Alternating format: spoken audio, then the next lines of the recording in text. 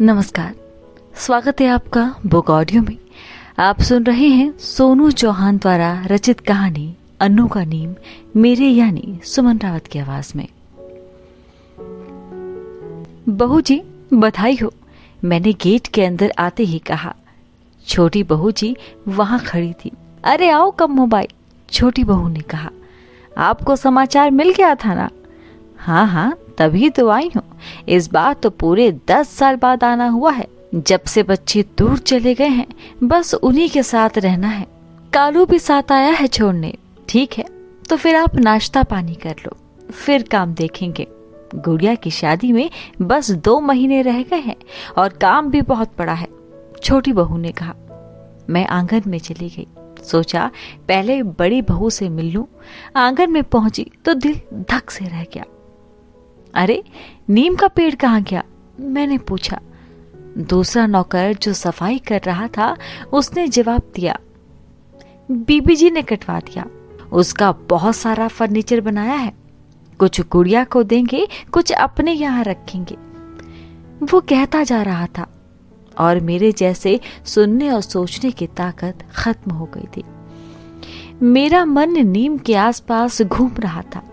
पहले जब मैं आती ये नीम मुझे यहाँ खड़ा मिलता, लगता जैसे मायके आ गई और मुझे उसमें बड़े साहब का रूप दिखता। अब नीम नहीं है तो मायका कैसा? मेरा मायका तो नहीं है, पर जिन लोगों के यहाँ हमने पीढ़ी दर पीढ़ी सेवा की है उसे हम लोग मायका ही समझते हैं। मन में सोचा, अरे कैसा तेरा ये हाल है, तो अब जीजी क्या सोचेगी? इतने में बड़ी बहू सामने से आती दिखाई दी। बेमन से उनसे हालचाल पूछकर मैंने नाश्ता करना शुरू कर दिया, पर कुछ गले के नीचे नहीं उतर रहा था। ऐसा लग रहा था बहुत ही कोई प्यारा हमसे बिछुड़ गया है। कम्मो भाई, सफर में थकाई हो, थोड़ा सुस्ता लो, छोटी बहू बोली। आंगन में एक तरफ मैं चटाई पर लेट गई और आंखें बंद कर ली। अगर नीम होता तो नीम के नीचे चटाई बिछा कर लेटती। उसकी छांव को अब कहाँ ढूंढूं? आंखें बंद करते ही मेरा मन कई साल पीछे पहुंच गया। याद आया पहले घर में एक नीम था। तब बड़े साहब की किसी बेटी की शादी नहीं हुई थी। संयुक्त परिवार था। ताऊ चाचे सबके परिवार वाले इकट्ठा रहते थे।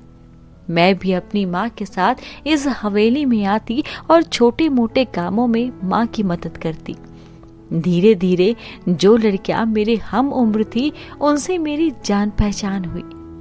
मैं भागकर उनके काम कर देती, इसीलिए जितना अवसर मिलता उनके साथ रहती और उनका काम करती। उनकी बातें ध्यान से सुनती। माँ के साथ बर्तन मंजवाते भी मेरे कान लड़कियों की तरफ रहते। कुल मिलाकर वो 14 बहनें थी, इसीलिए शोर शराबा रहता। बारिश का मौसम था। पुराने नीम में से बीज गिरकर आसपास छोटे छोटे नीम के पेड़ उगाए थे।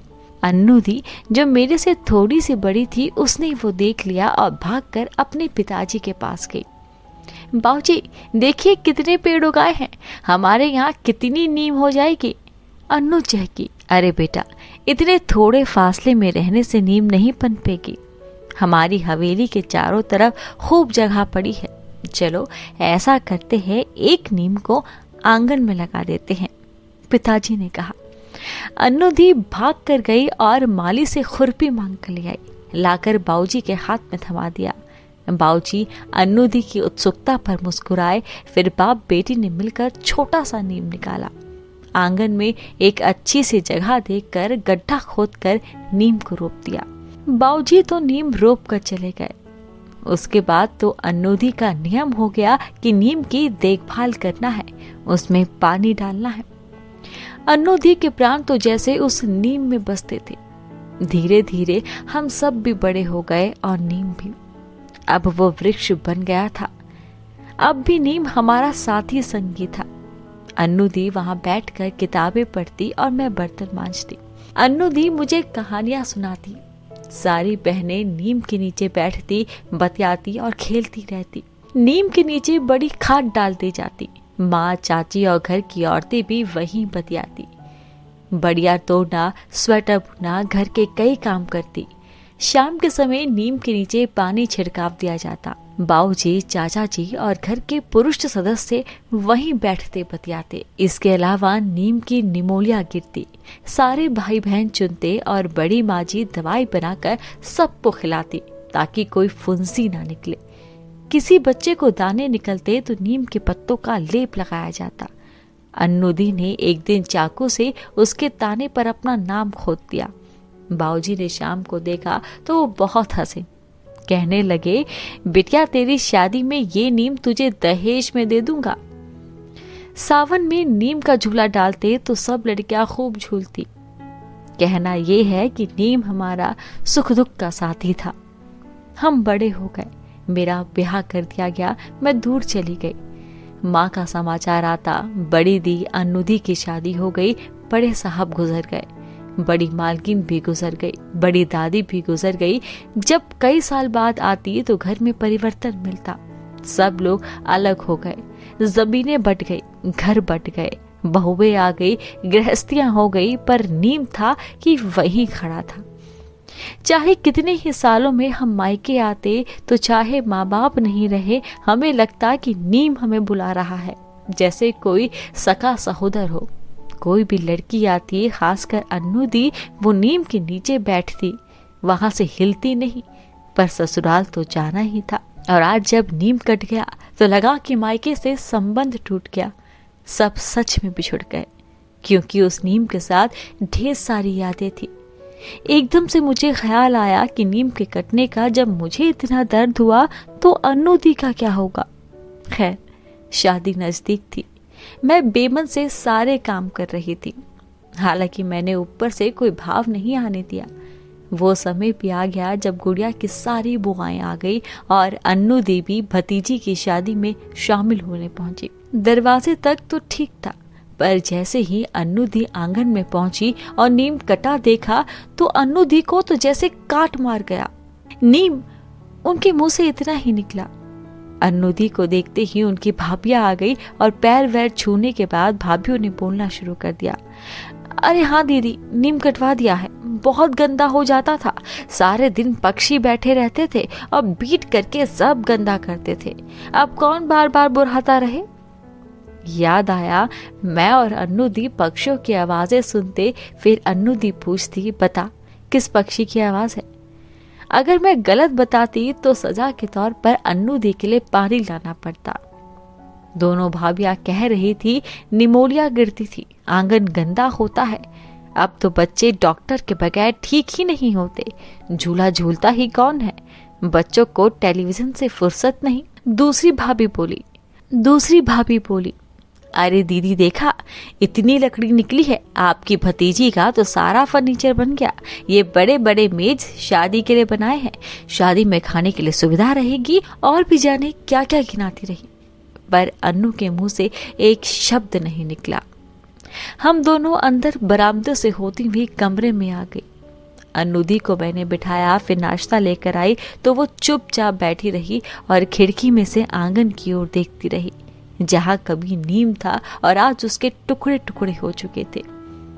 दीदी चाय, मैंने कहा। कमो नीम, कहकर वो रोने लगी। मैं उनको चुप कराने लगी तो वो मुझसे चिपट कर रोने लगी। दीदी रो ना, सब लोग कहेंगे ब्याह में रोने का अपशकुन कर रही हो। मैंने कहा, कमो आज नीम को देखकर लगता है कि सब कुछ खत्म हो गया है। 2-4 साल जब हम मायके आते थे तो लगता था कि मायके में अभी कोई पूछने वाला है। हमारा नीम, जिसके साथ बाऊजी, माँ और ना जाने बचपन से जवानी तक की कितनी यादें जुड़ी थी। मैं आती थी तो लगता था कि नीम बाहें फैला कर बुला रहा है, आओ बिटिया आओ। लगता था मायके में हमारा कोई है, भाई भाभियों का तो सिर्फ व्यवहार है। अन्नू दी बोलती रही, मैं चुप कराती रही। हालांकि कलेजा तो मेरा भी टुकड़े टुकड़े हो चुका था। नीम के उन्हीं मेजों पर खाना लग जाता। अन्नू दी किसी न किसी बहाने से खाना उठाकर अंदर ले जाती। जब हलवाइयों ने नीम की बची लकड़ियों को भट्टी में जलाया तो अन्नू दी की आंखों से गंगा जमुना बह निकली, जैसे किसी आत्मीय को अग्नि दे रहे हो। शादी हो गई, मुझे भी जाना था और बाकी सब लड़कियों को भी। मुझे अन्नू दी के बाद जाना था। अन्नू दी सबसे मिलकर वापस चली गई तो मैं भी उनसे मिलने गई। अन्नू दी ने धीरे से मेरे कान में कहा, कम्मो, आज सच में मेरा मायका छूट गया।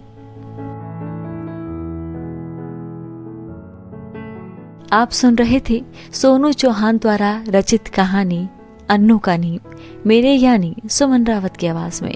जल्द हाजिर होंगी लेकर कुछ ऐसी ही किस्से कहानियां। तब तक सुनते रहिए बुक ऑडियो।